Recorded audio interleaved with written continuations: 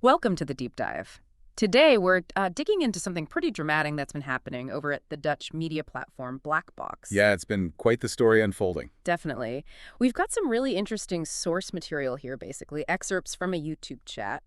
It features two key people who just left Black Box. Flavio Pasquino, he founded it, was editor-in-chief, and David Bohr, who was their investigator. Correct. The conversation was on the Blue Tiger Studio channel called Tom blikt met Flavio en David terug op hoogte en dieptepunt en Blackbox. Looking back at the highs and lows. Exactly. So our mission today for you listening is to kind of unpack this whole complex situation. Why did they leave? What does it mean for, alternative media over there? We want to make it clear, hit the surprising bits, but keep it concise. Avoid getting totally bogged down. Sounds good. Where do we start? Okay, let's dive in. First off, it's telling that Flavio and David themselves kind of describe it almost like a soap opera. Yeah, that word definitely jumps out. It signals right away this wasn't just, a simple job change. Not at all. Flavio talks about the experience being double, which means double, right? So on one hand, really inspiring because the team was so dedicated, but on the other, just incredibly heavy, demanding. That duality seems key, and he uses this analogy, doesn't he, about cycling. Yeah, it's quite vivid, like a pro cyclist who crashes but has to jump right back on the bike. No time to think, no time to heal, just go. Gives you a real sense of that pressure cooker environment. For sure. And he throws in that German phrase was muss, das muss. Basically, sometimes you just got to push through, no matter how tough. Which sets the scene. But then David's perspective adds another layer. He stresses that Flavio quitting wasn't maybe as sudden as it looked from the outside. Right. He mentions, what was it, 6 weeks? 6 weeks of talks happening behind the scenes. David, boss, and this new board. Exactly. And the core problem, it seems, wasn't just Flavio potentially leaving, but this fundamental lack of trust in the board itself. A board that they felt was just kind of put in place from the top. So it wasn't simply loyalty to Flavio, but a bigger team issue about how this leadership was, well, imposed on them. Precisely. That seems to be the heart of it. And this lack of trust led to them trying to find another way forward. Which brings us to David reaching out to Buka Gearsing. Yeah, the former NS director. Rah. Which is unexpected, right? Yeah. For a platform sometimes seen as, well, anti-establishment or conspiracy-focused, depending on who you ask. Definitely raises an eyebrow. Thinking a former mainstream media boss could lead this alternative platform shows they wanted someone maybe experienced and neutral. That seems to be the idea. A Switzerland option, as they put it. But it hit a wall pretty fast. Yeah, the chairman at the time apparently wasn't keen. Instead of Gearsing, he wanted to bring back 2 former board members. And these were people Flavio had clashed with before. So you can imagine, in a small team that relies so much on trust, especially with limited resources. It just poured fuel on the fire, basically. Reopened old wounds. Exactly. It undermined that trust they needed to function. And it wasn't just who, but how. The team wanted, it sounds like, a more bottom-up process for picking the board. Maybe Gearsing could help choose, but not just have people appointed again. Yeah, a real difference in philosophy about how the place should be run. Now, interestingly, Flavio decided to kind of step back from those direct talks with the board. He felt his presence might just antagonize them further. Like being a red rag to a bull, he said. Yeah, which shows some strategic thinking in a really tense situation. He gives huge credit to Bass and David, though. For stepping up as mediators, yeah. Yeah. Even though it put their own jobs on the line. So a lot about their commitment. Definitely. Okay, then comes this plot twist. The old board actually resigned initially. Right. After the team basically showed them, look, nobody here supports you. They got a statement signed by, 54, 55 people? Seems like a clear message. You'd think that would be it. You would think. But then, somehow, Jan van Eycken and others got reinstated. Just like that. Made it pretty clear they weren't going anywhere. Wow. So, one last try at talks. Flavio, Gearsing, the old board. Trying to find a way for them to step down gracefully, save face, maybe prevent damaging Black Box too much. Apparently so. But that failed too. Which leads to what they call the million-dollar question. It is. Why? Why did this old board cling on so tightly? They hadn't put money in, they weren't getting paid, they faced potential liabilities if things went south, and the team clearly didn't want them. It doesn't add up on the surface, does it? Makes you wonder about, I don't know, control, influence, some other agenda. It's puzzling. and the stakes were high. They worried Black Box could be destroyed or at least shrunk dramatically. And then there are those connections Jan van Eycken and Bob Smid have to other outlets. Gezond Verstand, another paper. Right, which makes Flavio's warning to Van Eycken pretty pointed. He basically said, look, if donors to those other places find out you torpedoed Black Box, it could drag them down too. Kind of be careful what you wish for warning. But Van Eycken's response was just dismissive. I don't think that needs to happen. That's what Flavio quoted him as saying. Almost like a bluff, maybe. Underestimating the team's resolve. Or maybe just completely misreading the situation. Hard to say. Which kind of leads us into the structure of Black Box, the sticking, and the BV. People had questions about that. Yeah, the foundation and the private company. Let's clarify that. So the sticking, the foundation, held the donations. That's the nonprofit side. The BV, the private limited company, handled the business side, took the risks. Like if they got sued over that Amsterdam demo coverage, the BV would be liable. Okay, so that kind of separation isn't that unusual. Protects the donation funds. Exactly.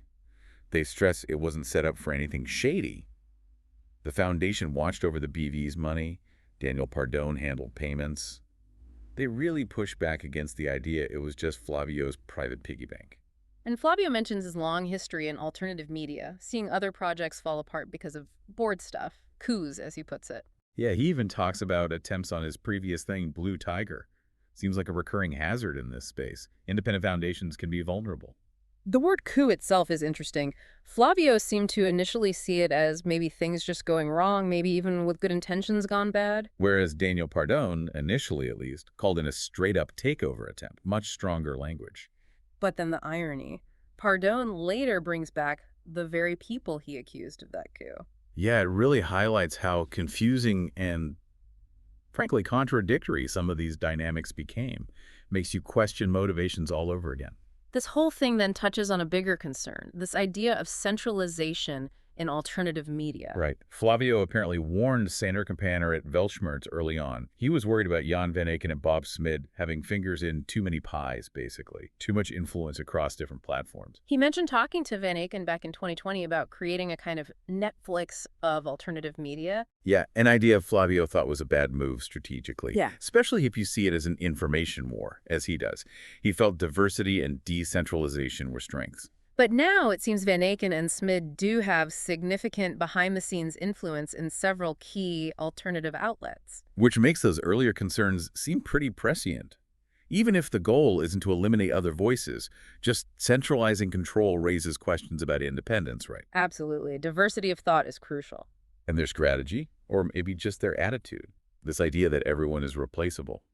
It seems to have really rubbed the Black Box team the wrong way.